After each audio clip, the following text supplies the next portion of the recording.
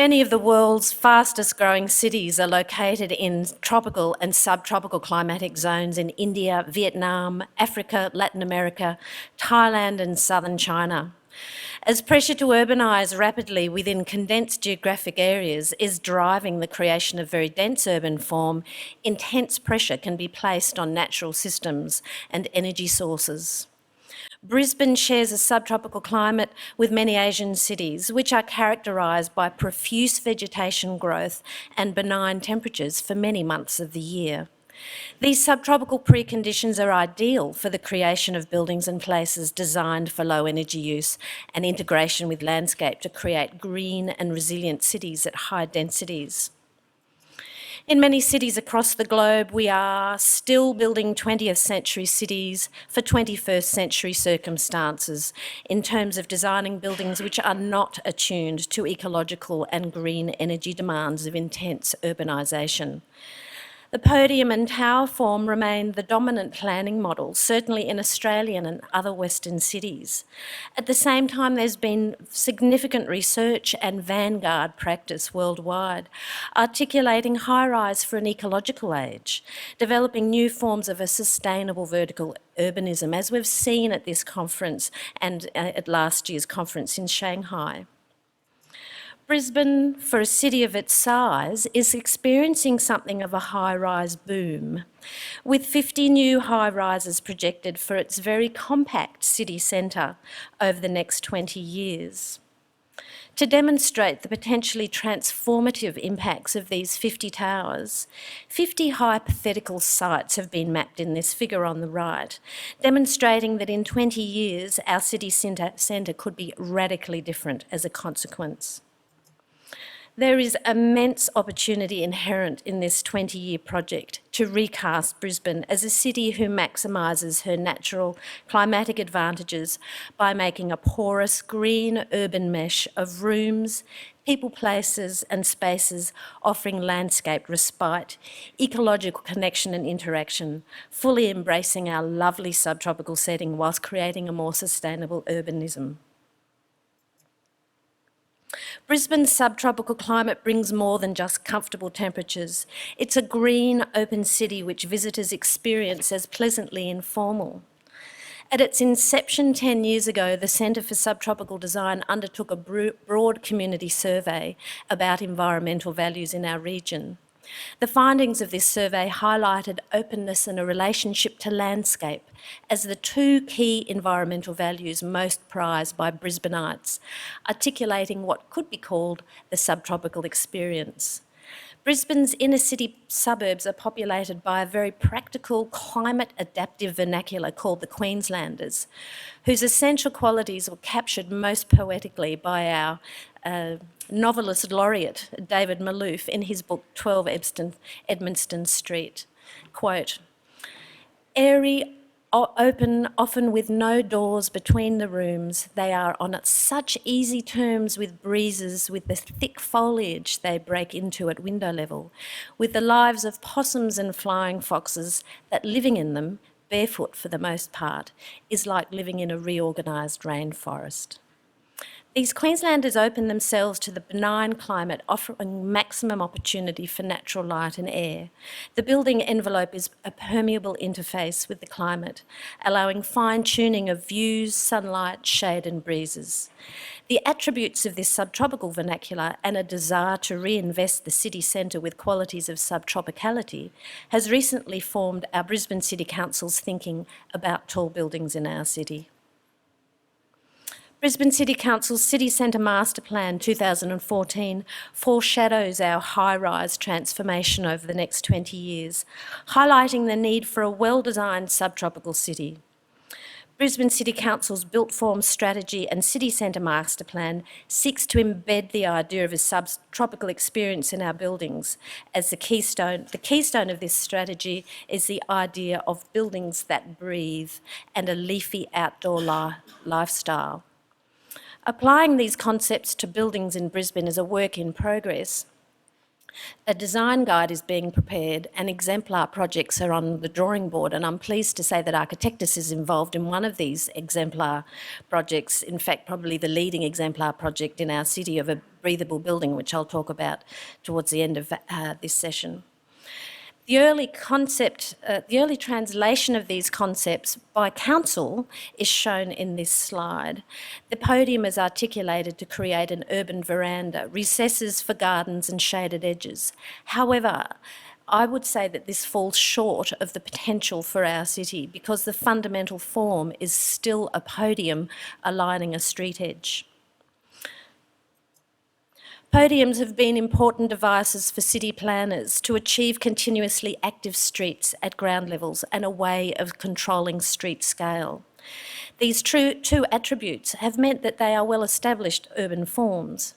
In Brisbane, however, podia aligned to property boundaries constrain the delivery of other important attributes in our city. Brisbane city centre streets are not wide, with road reserves of 21 metres. Our founding designers clearly never thought we'd amount to much as a city. This 21 metre zone is jam-packed with services, buses, cars, pedestrians, awnings, driveways and signage, limiting options for generous planting and water-sensitive urban design. Brisbane experienced a property boom in the 80s and 90s where large areas of the city centre were redeveloped. During this period, the podium and tower emerged as the dominant city form, where the podium lines the street edge and the tower and the glazing lines the street. All of the activities of the public realm are crammed into the 21 metres between the buildings. We do have within the city centre some generous public spaces of respite, but they are small and few and far between. The enclosure of the podia perimeter means that the deep planned spaces resulting in the buildings can be energy hungry for lighting and air conditioning. Our streets and buildings in the city centre can become urban heat islands in the summer, and I admit I have slightly overexposed this photo to enhance the effect, with the centre of the city being the hottest part of our metropolitan region. In summer, Brisbaneites seek shade and breezes, and if you visit our town in summer, you will see people standing in the shade of light poles, waiting for the lights to change to cross the street, as this gentleman's doing. In winter, Brisbaneites seek warming sun and the gorgeousness of our blue winter skies. Our city does not provide for these needs in a generous way. In summer, the small green refuges of the city are popular. In winter, a small number of sunny spaces attract daytime users. Our inner city suburbs have retained and adapted an urban ecology that runs through our valleys, steep slopes, backyards and our parks, with large spreading figs, our gardens with colourful planting and deep green shade. In building the next generation of high-rise buildings, this urban ecology could be re-established as part of the experience and ecological functioning of the city centre through the integration of habitat. At present, within the public realm, our narrow streets and podia leave little room for significant tree canopy, deep planting zones or even understory planting. In Brisbane city centres, with our constrained city streets and paucity of urban green, as we rebuild the city, there's the opportunity to open up the ground plane of our city to accommodate planting and water and green beyond what is articulated in those diagrams I showed you from Brisbane City Council's City Centre Master Plan.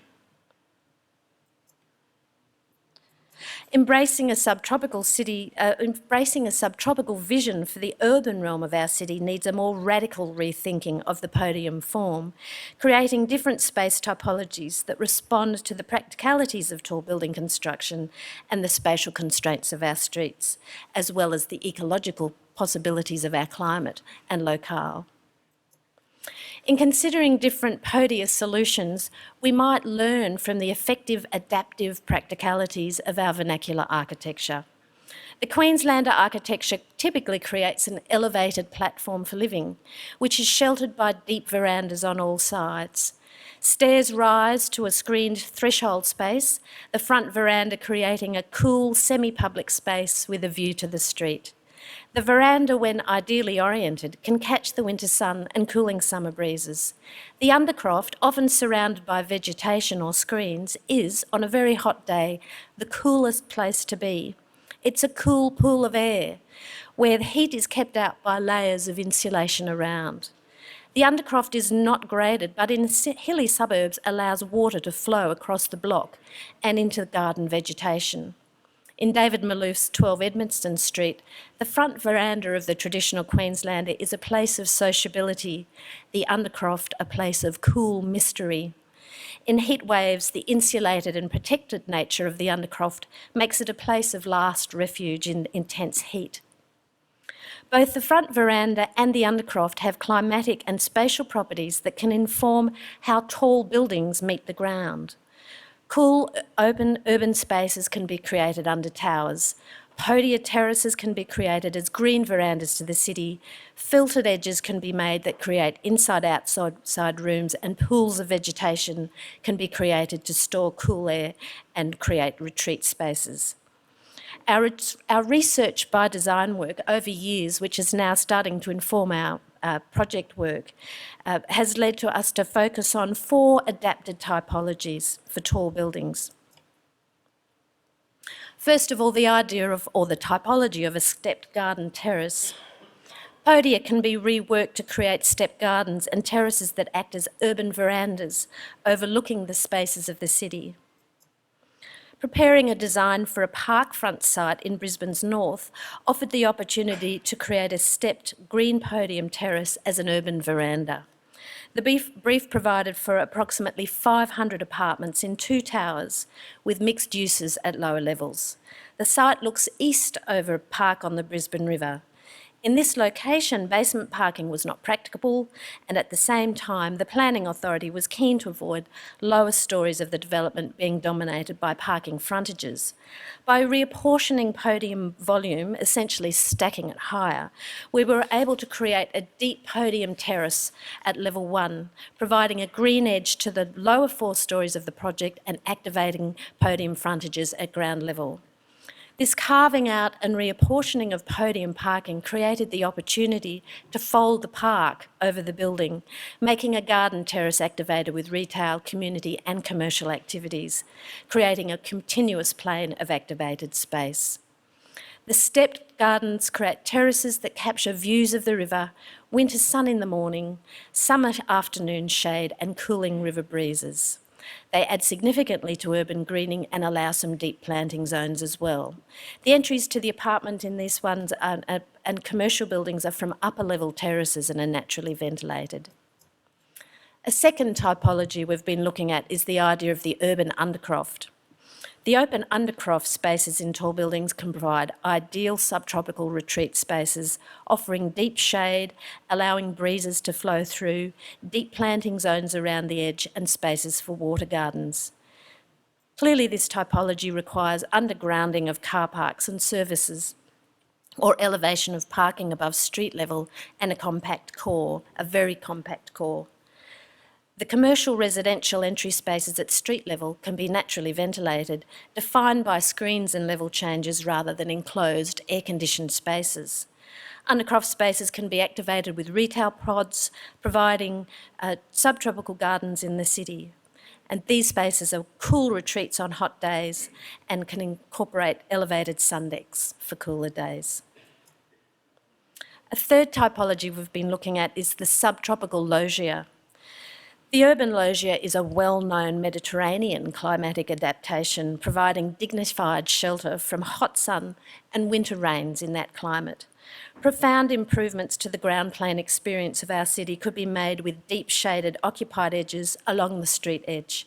Subtropical loggias calibrated to accommodate trees, screening, water gardens and microclimatic adjustments that enable city dwellers to find places of shelter or places in the sun.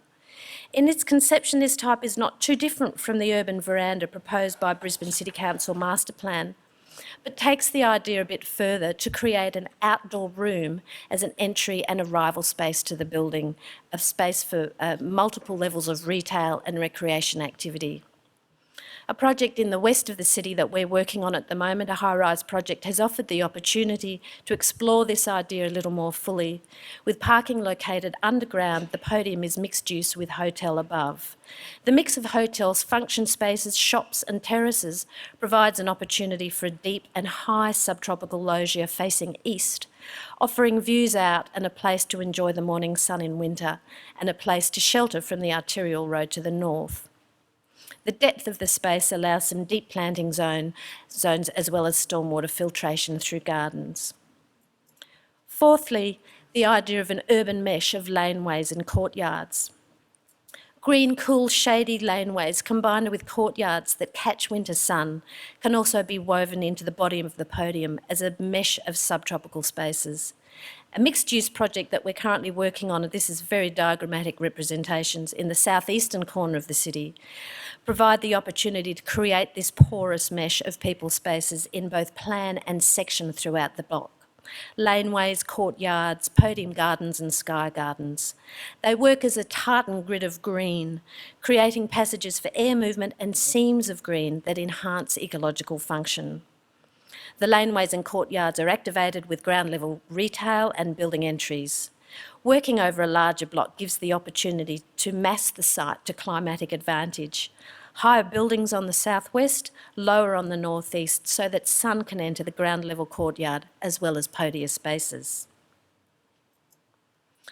Imagine a subtropical city where the urban experience is shaped by green streets, lively garden terraces, pleasant urban verandas, vibrant green undercrofts, subtropical loggias, and green cool pools of air, all topped by green buildings that breathe. This would be a city to remember, to identify with, a subtropical city of the ecological age. Through a reconceptualisation of the 50 towers of Brisbane over 20 years, this could be the experience of our city. I've talked about 4 different types of subtropical spaces that could be made at the base of these towers. And what we've done is we've matched these typologies to urban locations where the podia base may be usefully applied. So for instance, and then we've mapped hypothetical sites throughout the city. So for example, the Urban Undercroft could be in parkside locations as well as riverside locations where you want connectivity between streets and green realm. The Step Garden Terrace, perfect on riverside locations but also parkside locations. Urban mesh of laneway and courtyards, ideal typology for deeper in the city blocks, and the idea of a subtropical loggia, perfect for east and west sites where you can get a screened experience to those hot morning and afternoon sun. The overall impact of these spaces at the base of tall buildings could, over time, in concert with the creation of buildings that breathe, recast Brisbane as a subtropical city for the ecological age. And what we've done here is we've taken a nollie plan of Brisbane on the left to show where the green spaces are at the moment, and on the right-hand side we've mapped the impact of opening up these podia to a more porous form, and shown how the net increase of green semi-public and public spaces throughout the city over 20 years. So you can see just the impact on the city that this would have by starting to rethink the podium. Moving towards such an aspiration requires strong vision and practical measures to achieve it. In Brisbane, this vision is articulated in the City Centre Master Plan, but the partnership of this will be, the implementation of this will be through partnership with progressive developers who understand the commercial returns in making places that people love to be. Successful places attract people, which is great for retail value and retail patronage. And I should say that the spaces envisaged in all of those examples I've shown are not publicly owned spaces necessarily or managed. They're the spaces of the commerce of the city, the retail spaces, the dining terraces, the circulation spaces, foyer arrival spaces, all the spaces at the bases of tall buildings that are currently within the podia. They all have commercial value, but they are open, not enclosed, inviting patronage into them. We're very fortunate to be working on Brisbane's first breathable building. It's just gone into development application. We're doing this in partnership with WOHA. I haven't been able to talk about this in detail until just recently because it's been a confidential project that just came into the public realm about 2 weeks ago.